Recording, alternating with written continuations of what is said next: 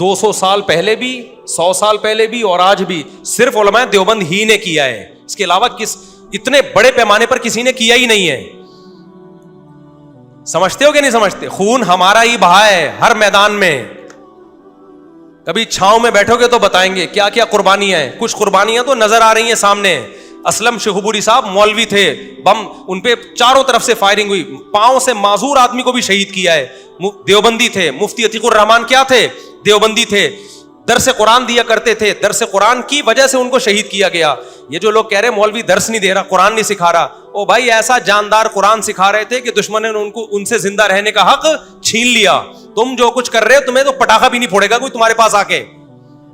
قربانیاں دی علماء نے, علماء دیوبند نے دی ہیں قربانیاں. یوسف لدھیانوی شہید کا کیا جرم تھا؟ بازار میں سر عام گولی ماری گئی ہے ان کو, وہ بھی مولوی تھے. مفتی نظام الدین شہید کیا تھے؟ مدرسوں سے فارغ, بولو نا, چپ کیوں بیٹھے ہو بھائی؟ مولوی تھے.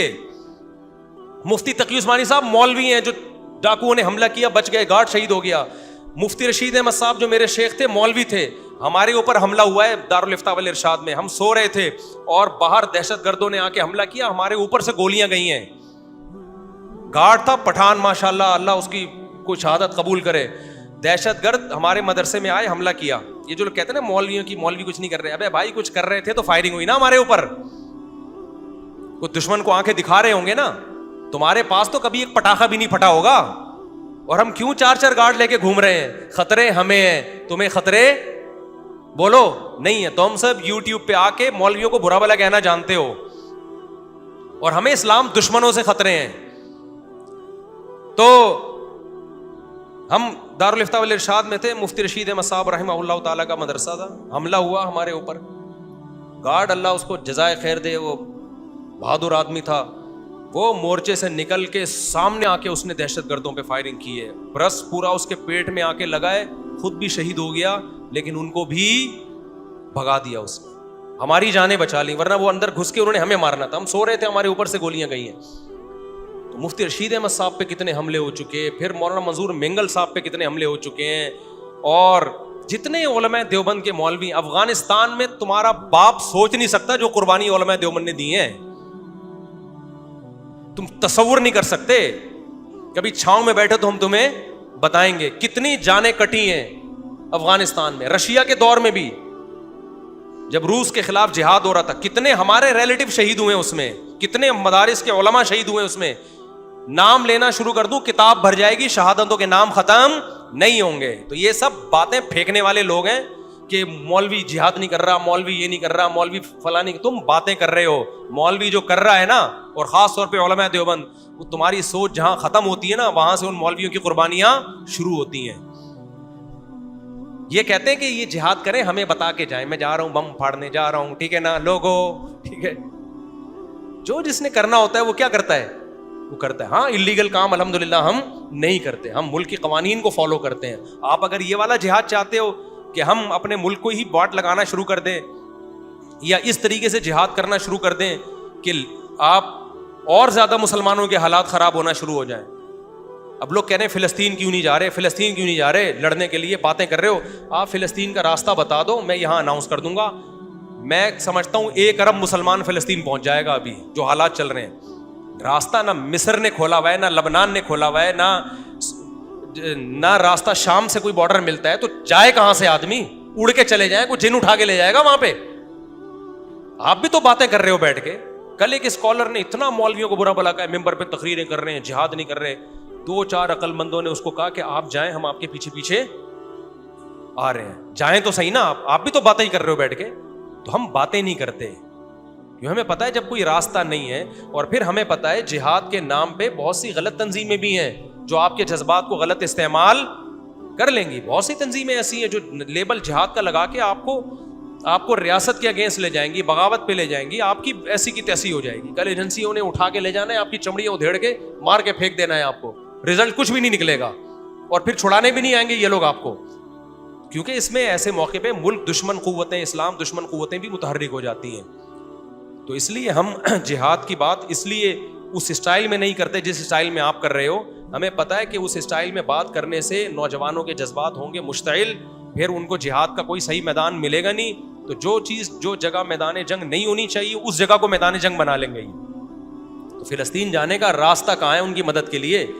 جو مدد ہم سے ہو سکتی ہے وہ ہم کر رہے ہیں. ہم کہتے ہیں بھائی ان تو جو ہے نا ان کو آپ راشن پہنچا سکتے ہیں, راشن پہنچائیں آپ. اگر کسی کو راشن پہنچانا کسی کے بس میں نہیں ہے, ہم سے رابطہ کریں, ہم بتائیں گے بھائی پاک ایڈ ویلفیئر ٹرسٹ ہے اور بھی ٹرسٹ ہیں جو اندر کے, جو غزہ کے اندر ٹرسٹ ہیں جو لیگل ہیں, قانونی ہیں. آپ انلیگل کام جب کرو گے تو خود بھی چوڑے میں آؤ گے, اور جو آپ کو ترغیب دینے والا ہے جب آپ چوڑے میں آؤ گے تو وہ آپ کو نہ حوروں کے فضائل سنائے گا اس موقع پہ, وہ خود پتلی گلی سے نکل جائے گا.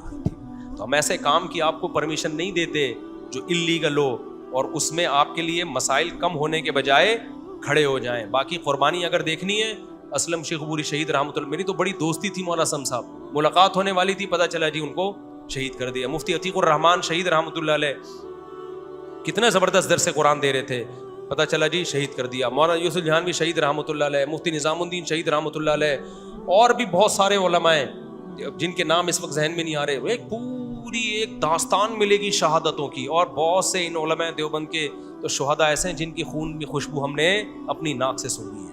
مفتی عتیق الرحمان شہید رحمۃ اللہ علیہ کو تو 6 مہینے بعد قبر سے نکالا گیا, جسم بھی سلامت تھا اور خون سے بے تحاشا خوشبو بھی آ رہی تھی. یہ مولوی ہیں جن کو صبح و شام لوگوں نے برا بلا کہا ہوا ہے. تو آپ جب مولویوں کو برا کہو تو فرق تو کرو نا, کس کو کہہ رہا ہوں میں برا. اب بتاؤ میں ان 2 نمبر مولویوں کو کہہ رہا ہوں, یہ جو فلاں فلاں فلاں ٹائپ کے جو کھاتے پینے والے, توندے بڑھانے والے, اور بس حلوے مانڈے اور یہ جب سے جی, تو ان کے تو ہم بھی خلاف ہیں بھائی.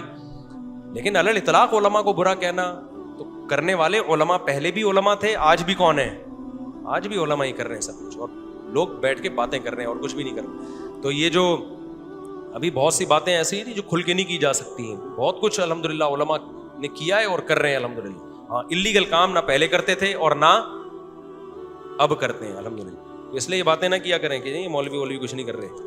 جس نے کرنا ہوگا وہ تمہیں بتا. اور یہ بھی بتا دوں کہ پاکستان آرمی کا تو میں کوئی نہ, مجھے وہاں سے کوئی 5 روپے ملتے ہیں نہ کوئی حوصلہ افزائی ملتی ہے. لیکن ایسے موقع پہ ہم اپنے ہی ملک کے خلاف اگر جانا شروع ہو جائے نا, تو اس سے اسرائیل کو نقصان نہیں, فائدہ نہیں ہوگا, نقصان نہیں ہوگا, بلکہ کیا ہوگا, پاکستان آرمی نے بھی اگر کچھ کرنا ہوگا نا تو عوام کو بتا کے نہیں کرے گی, چاہے وہ اسرائیل کے خلاف کرنا ہو یا اس کے حق میں کرنا ہو.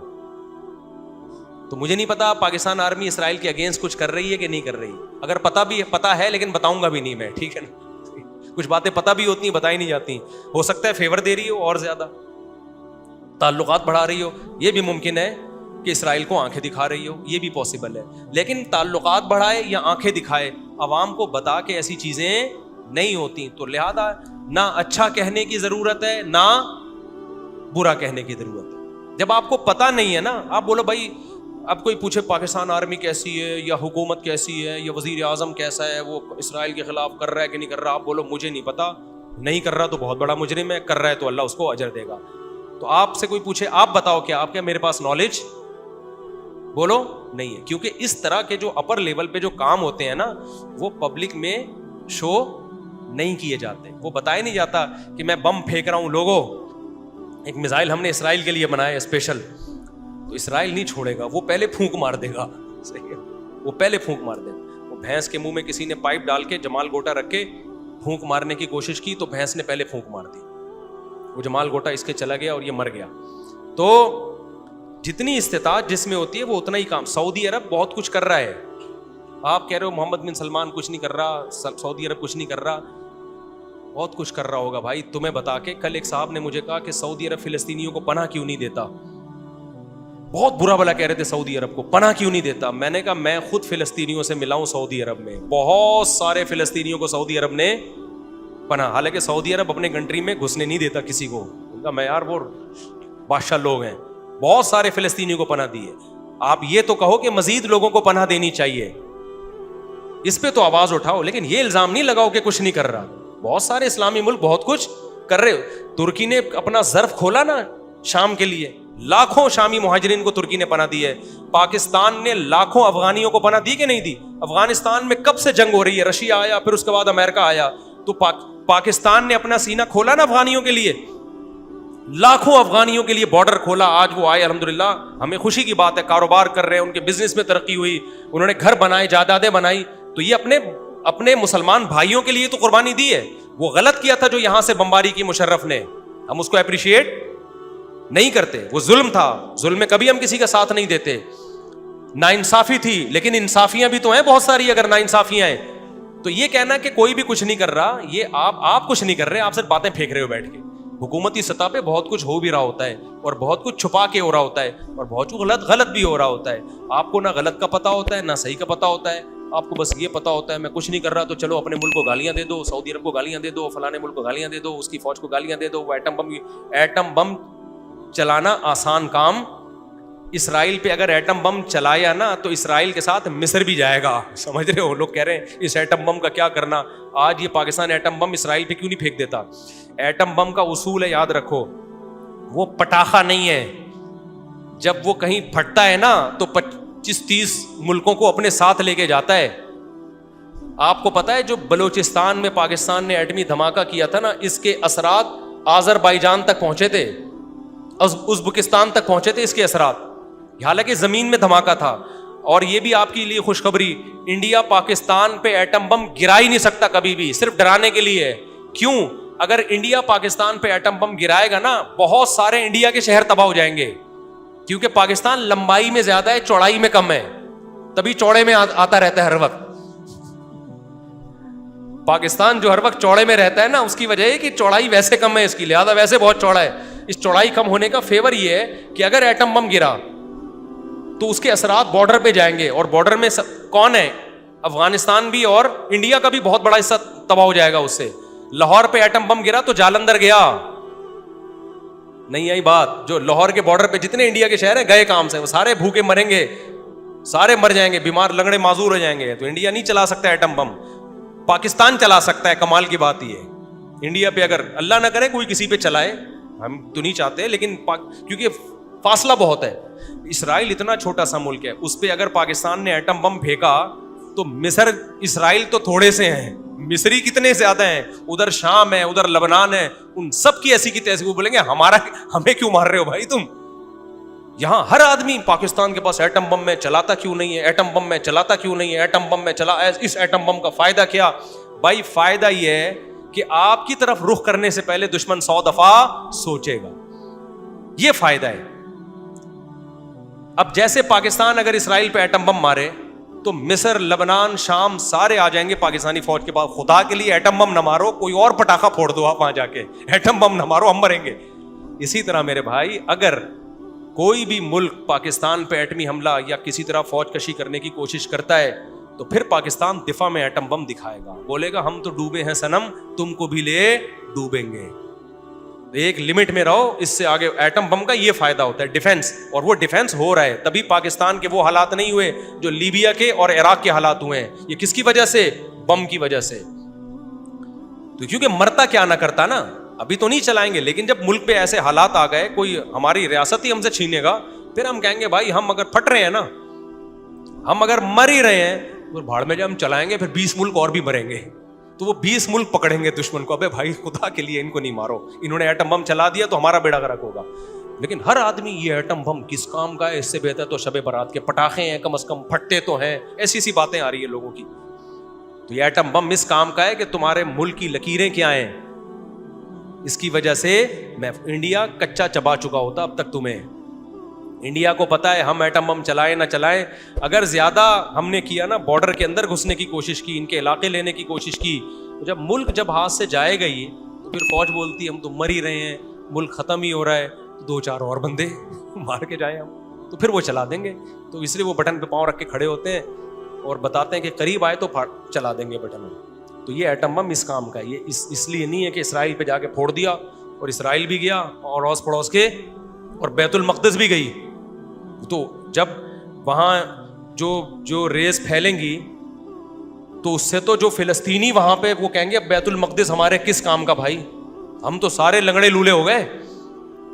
تو ہر آدمی دیکھو نالج زیرو ہے لوگوں کے پاس, تبصرے ایسے کرتے ہیں جیسے اگلا وزیر اعظم یہی ہوگا.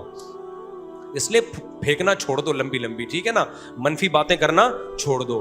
ہاں حکمرانوں پہ دباؤ ڈالتے رہو, کیونکہ یہ بہت نیک نہیں ہے ہمارے حکمران. فوج میں بھی کبھی کوئی اچھا بھی آتا ہے, برا بھی آتا ہے, ہر طرح کے ملے جو لوگ آرمی میں آتے ہیں. تو جب آپ دباؤ ڈالتے ہیں تو پھر اچھے کام کا ریشو بڑھ جاتا ہے. اس لیے دباؤ ضرور ڈالو, دباؤ ضرور ڈالو. تاکہ ایسا نہ ہو سعودی عرب پہ بھی دباؤ ڈالو, پاکستان پہ بھی دباؤ ڈالو, تاکہ یہ ہاتھ پہ ہاتھ رکھ کے بیٹھ نہ جائیں.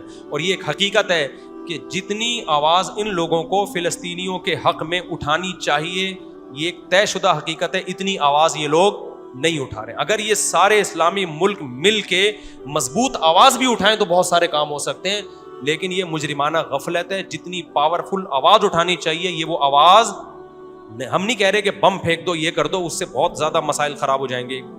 ابھی تو یہ 5ویں 3ری جنگ عظیم کی طرف حالات جا رہے ہیں, اس میں تو سارے ملک تباہ ہوں گے. پھر تو اگر دنیا نے یہودی کا ہاتھ نہ روکا, اس جنگ بندی کی کوشش نہ کی, تو یہ دباؤ ضرور ڈالو اپنے حکمرانوں پر. لیکن اگر بم چل گیا نا میرے بھائی, تو پھر وہاں سے بھی ادھر بم چلے گا, پھر پاکستان کے اتحادی ایک طرف ہو جائیں گے, ان کے اتحادی ایک طرف ہو جائیں گے, پھر بم ہی رہے گا. پھر یہ جنگ رکنے والی نہیں ہے. اور جو ابھی کہہ رہے ہیں نا ہو جائے, بہت سے لوگ ایسے بھی ہیں کہہ رہے ہیں ایک دفعہ ہو جائے. یار بیٹا, جب تمہارے اوپر بم برسیں گے اور جب بچے چھوٹے چھوٹے یتیم ہوں گے اور لاشیں تم دیکھو گے نا, تو تم کہو گے اللہ کسی طریقے سے اس جنگ کو ختم کر دے. ہاں, یہ جنگیں آپ نے دیکھی نہیں ہیں, جنہوں نے دیکھی ہیں ان سے جا کے پوچھو. اس لیے نبی نے فرمایا لا تتمنوا لقاء العدو, جنگ کی کبھی بھی تمنا مت کرو. مسلط ہو جائے تو پھر ڈٹ کے لڑو. وَاعْلَمُوا أَنَّ الْجَنَّةَ تحت ظلال السیوف, مسلط ہو جائے یقین کر لو جنت تلواروں کی چھاؤں میں اللہ نے رکھی ہے. کیسی پیاری حدیث ہے, بڑا مزہ آتا ہے. مت تمنا کرو جنگ کی, ہو جائے پھر بھاگو نہیں میدان سے, پھر لڑو ڈٹ کے, اور یقین کر لو جنت اللہ نے کس میں رکھی ہے, بموں کی چھاؤں میں رکھی ہے اللہ نے. تو خلاصہ میری بات کا یہ نکلا, جب تک پوری نالج نہ ہو بات نہ کرو, چپ کر کے آرام سے, نہ کسی کو اچھا کہو نہ کسی کو برا کہو. بولو بھائی ہمیں نہیں پتا یار, ہم تو گھر کے آلو پیاز ٹماٹر سے فرصت ملے گی. دعائیں کرتے رہو اور اپنے حکمرانوں پہ دباؤ ڈالتے رہو کسی بھی طریقے سے. کافی ہو گیا میرا خیال ہے.